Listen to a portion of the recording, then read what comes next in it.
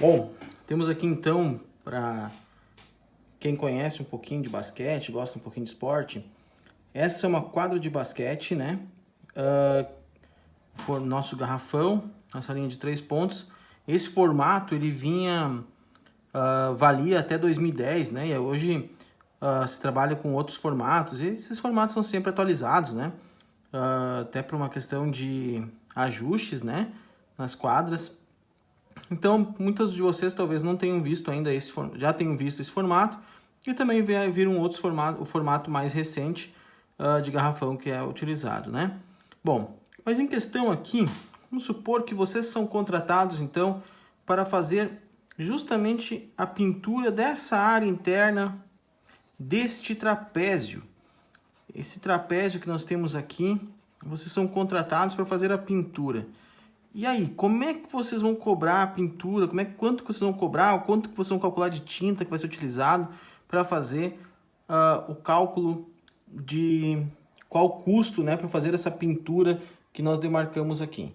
Bom, nós precisamos saber então a área deste trapézio, né? Mas não se esqueçam que vocês também precisam determinar qual a quantidade de tinta para fazer esse contorno, né, que nós chamamos de perímetro. Então, nós também queremos saber o perímetro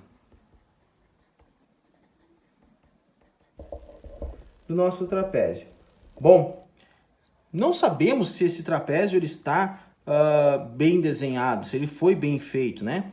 Pois se a gente considerasse de forma direta, né, poderíamos fazer só medidas diretas, mas nós temos que ter certeza do que nos espera. Então, para isso, vai ser necessário a gente fazer o uso das nossas ferramentas topográficas. Para o quê? Para que a gente descubra estes ângulos que nós temos, né? Não só este, mas também este outro ângulo que nós temos nessa direção.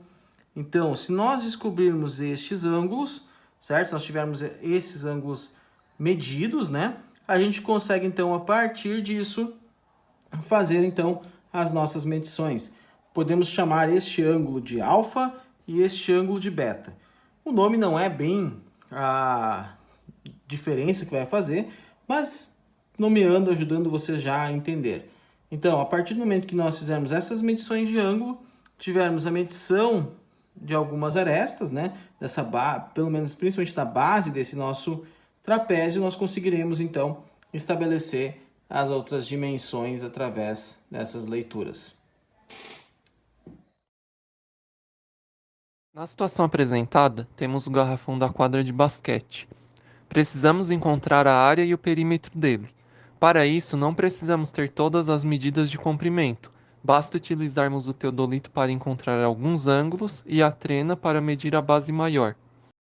Devemos primeiramente posicionar o teodolito no ponto A, como na figura.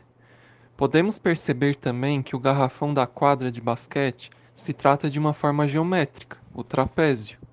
Agora precisamos encontrar o ângulo formado entre os pontos opostos ao ponto A. Primeiramente, a professora Lucileia ficará no teodolito, que é no ponto A, e os professores ficarão nas balizas, nos pontos C e D. O primeiro ângulo a ser obtido é o beta, que é o ângulo formado entre os dois pontos visados, que é o ponto C e D. Aqui temos a professora Lucileia no teodolito. Perceba que para iniciarmos a medição é necessário planejarmos tudo previamente através dos desenhos. A professora faz o giro do teodolito, indo da baliza na esquerda, que é o ponto D, para a baliza na direita, que é o ponto C. Após focar a baliza, basta travar o teodolito e fazer a leitura do ângulo. O teodolito, nesse caso, está fazendo a leitura do ângulo horizontal. Após a leitura do ângulo beta, o professor Anderson sai do ponto D e vai para o ponto B. Sem zerar o teodolito, a professora Lucileia continua a girar o aparelho até encontrar o professor, que já se encontra na nova posição. Esse ângulo formado, que vai do primeiro ponto ao terceiro, chamaremos de alfa. A distância da base maior do garrafão é de 4,9 metros. O ângulo beta é de 29 graus, 44 minutos e 30 segundos. Já o ângulo alfa é de 83 graus, 32 minutos. Com esses valores, é possível encontrarmos a área e o perímetro do garrafão através de fórmulas matemáticas. Nessa situação, queremos calcular o perímetro e a área do trapézio. Para tal, fizemos algumas medições com instrumentos topográficos. No caso aqui, a base maior do trapézio M, que foi medida com uma trena, e os ângulos alfa e beta, que foram medidos com o teodolito, o qual forneceu ângulos no formato grau, minuto e segundo, e que pode ser convertido para um ângulo apenas em graus, sendo expresso num número decimal. Com essas medições, nós podemos calcular os outros três lados do trapézio, que vão possibilitar o cálculo do perímetro, e a altura do trapézio, que juntamente com as bases maior e menor, vão possibilitar o cálculo da área. Então, calculando primeiramente os lados N e P do trapézio, que pelo fato desse trapézio ser isósceles, eles são iguais. Vamos calcular então aqui o P, no triângulo ABC. Vamos identificar primeiramente os ângulos internos nesse triângulo. Como o nosso trapézio é isósceles, que recém foi falado, os dois ângulos de base da base maior e adjacentes aqui à base maior são iguais. Então aqui a gente tem todo o ângulo no trapézio sendo alfa.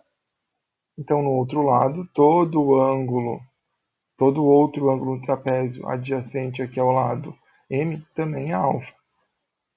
No triângulo, a gente tem então, se o ângulo todo era alfa e ali em cima a gente tem o beta, temos aqui alfa menos beta. O terceiro ângulo nesse triângulo, ele é 180 mais beta menos 2α. Por quê? Porque a soma desses três ângulos no triângulo ABC precisa ser 180 graus, o que tem que ocorrer em qualquer triângulo. Então, agora, podemos calcular o lado P utilizando a lei dos senos. No caso, então, teremos a medida conhecida M está para o seno do seu ângulo oposto, assim como a medida que queremos descobrir o P está para o seno do seu ângulo oposto. Fazendo as devidas substituições do M, do alfa e do beta, conseguiremos concluir que o P é aproximadamente 5,83 e, por consequência, o N também. Utilizando agora aqui o N, o alfa e o beta, nós vamos conseguir calcular o lado O, que é a base menor do nosso trapézio. Para isso, precisamos trabalhar com o triângulo ACD e utilizar novamente a lei dos senos. Então, a gente precisa reconhecer os ângulos internos nesse triângulo. Já temos certeza que o ângulo interno aqui no triângulo ACD com vértice em A é o beta. Agora a gente pode observar que o complementar ao ângulo interno do triângulo com vértice em D é o alfa, porque é correspondente ao ângulo adjacente aqui à base M no nosso trapézio. Então, o nosso ângulo com vértice em D no triângulo é 180 graus menos alfa. Pelo fato da soma dos três ângulos internos do triângulo ACD ter que ser 180 graus, então o ângulo interno com vértice em C é alfa menos beta. Agora, então, a gente pode utilizar a lei dos senos. O está para o seno do seu ângulo oposto, que é o beta, assim como o N está para o seno do seu ângulo oposto, que é o alfa menos beta. Fazendo aqui as substituições do N, do alfa e do beta, a gente consegue descobrir que o O é aproximadamente 3,58 metros. Agora, então, para calcular a altura do trapézio, nós podemos utilizar a medida P, que foi calculada anteriormente, o ângulo alfa e o triângulo retângulo CBE. A altura H é o cateto oposto a esse ângulo alfa e o P é a hipotenusa. Então, nós podemos utilizar um seno. Cateto oposto, que é o H, pela hipotenusa, que é o P, que mede 5,83, é igual ao seno do ângulo alfa, que é 83,53 graus. Desenvolvendo esse cálculo, concluímos que o H a altura do trapézio é aproximadamente 7,59 metros.